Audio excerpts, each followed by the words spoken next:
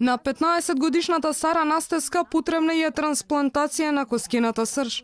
Единствен сроден донор е нејзиниот помал брат, а зафатот и лекувањето чинат над 200.000 евра во специјализирана детска болница во странство. Да и помогнеме на Нина Димитриевска, 7-годишно девојче од Струмица, кој боледува од парапариза, делумна парализа на двете нозе поради нарушени нервни сигнали од мозокот до мускулите. Потребно е лекување во странство, но чини 65.000 евра. Ова се само дел од многуте апели за помош упатени до добронамерни луѓе и компании, во рамките на своите можности да донираат за спас на децата и шанса за подобар живот. Родителите наместо од државата најчесто помош бараат од сограѓаните. Ветувањето на владата за формирање на посебен фонд за финансирање на лекувањето во странство на деца до 18 години не е реализирано.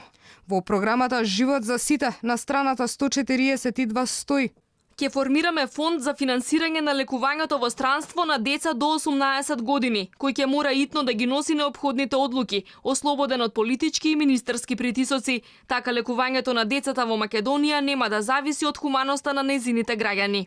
Од ФЗОМ за Алфа велат дека ваков фонд не постои, но посочуваат дека има постапка за добивање на финансии за лекување во странство, без оглед на годишната возраст на барателот. Лекувањето на деца во странство се користеше и за политичка битка. На грбот на малата Тамара од Велес, која почина во 2015 година, чекајќи да завршат бирократските процедури за заменување на операција во друга држава. Ќе воведеме национална здравствена сметка, што ќе овозможи во секој момент да се следат трошењата во здравството. Случаи како болната смрт на малата Тамара никогаш повеќе да не се повторат во Македонија.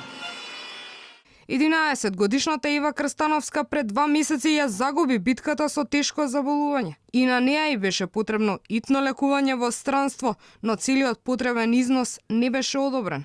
Родителите не успеа на време да соберат доволно пари за Ева да замине во Германија.